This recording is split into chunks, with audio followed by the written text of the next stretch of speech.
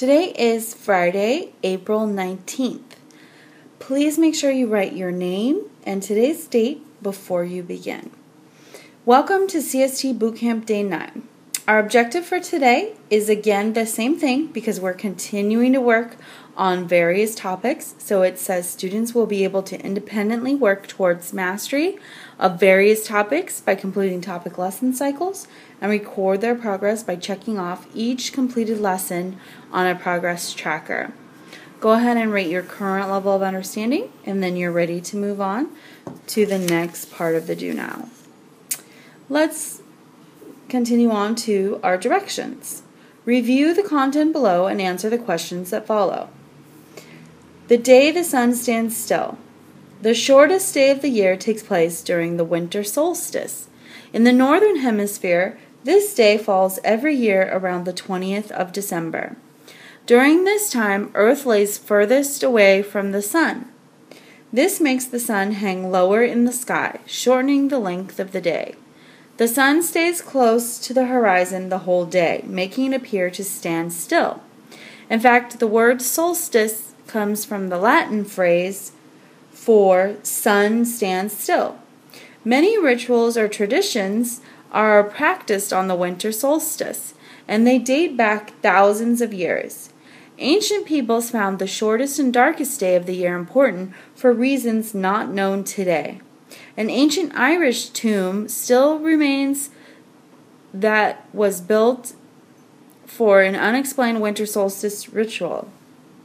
Amazing! The only time of year the tomb receives light from the sun is the first moment the sun rises on the winter solstice. Even today, the winter solstice continues to be a day of celebration and mystery. All right, let's go ahead and look at the first question we have to answer after we read. Number 2 says, which word is incorrectly used in sentence 3? So our choices are during, lays, furthest, sun. Let's go back to sentence 3 and take a look at it. During this time, Earth lays furthest away from the sun. Okay, so one of these words is incorrect.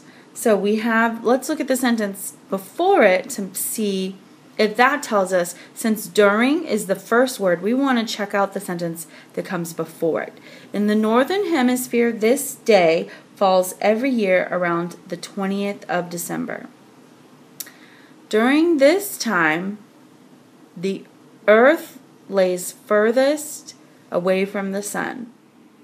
So all the rest of the words indicate that it is present tense. During this time is present, and by looking at the sentence before it, I know that it's happening over a period of time because it's the winter solstice happens at the same time every year. So during this time is correct. So that means it's not incorrect, so I'm going to cross off A. The next option is lays. So it says, during this time, Earth lays furthest away from the sun. So lays would be past tense. And right here, during this time, this makes it present tense. So this should actually say Earth lies furthest away from the sun. Okay? I know that this is incorrect because it's the wrong verb tense. So I'm going to circle B. Furthest is correct and sun is correct. So we know that we can cross those off and we made a good choice. Let's look at number 3. What is the best way, if any, to correct the sentence 7? So let's just take a look at sentence 7. And I'm going to scan until I find it. There we go. Many rituals or traditions are practiced on the winter solstice, and they date back for thousands of years. Okay, so I see a semicolon, which to me indicates it's two independent clauses. I'm going to just check and make sure both have a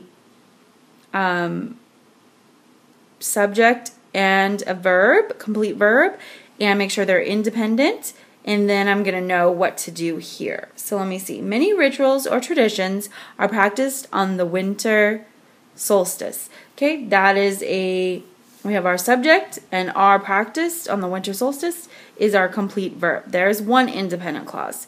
Over here, they date back for thousands of years. Okay, so they, that's our subject, and date back for thousands of years is our complete verb. So yes, we do have two independent clauses. So this is a compound sentence, and we do use a semicolon, but do we also use a conjunction? No, we do not. If we wanted to keep and, we would need a comma there, not a semicolon. If we want to keep the semicolon, we have to take out the conjunction. So we know that already, right away, it's not correct as is, and we can cross off D. Let's look at which one is correct. Okay, so I see this one, A, has there's that comma followed by a conjunction and. So that looks correct to me. I'm going to asterisk it and come back to it, just make sure I'm right. Let me see B. B has nothing. So if there's two independent clauses, I know it can only be connected by either a semicolon or a comma followed by a conjunction. So neither of those is there, so this is incorrect. I'm going to cross off B. How about C? C, it has the same thing. It has a semicolon and followed by a conjunction. This should be a comma, so this is wrong.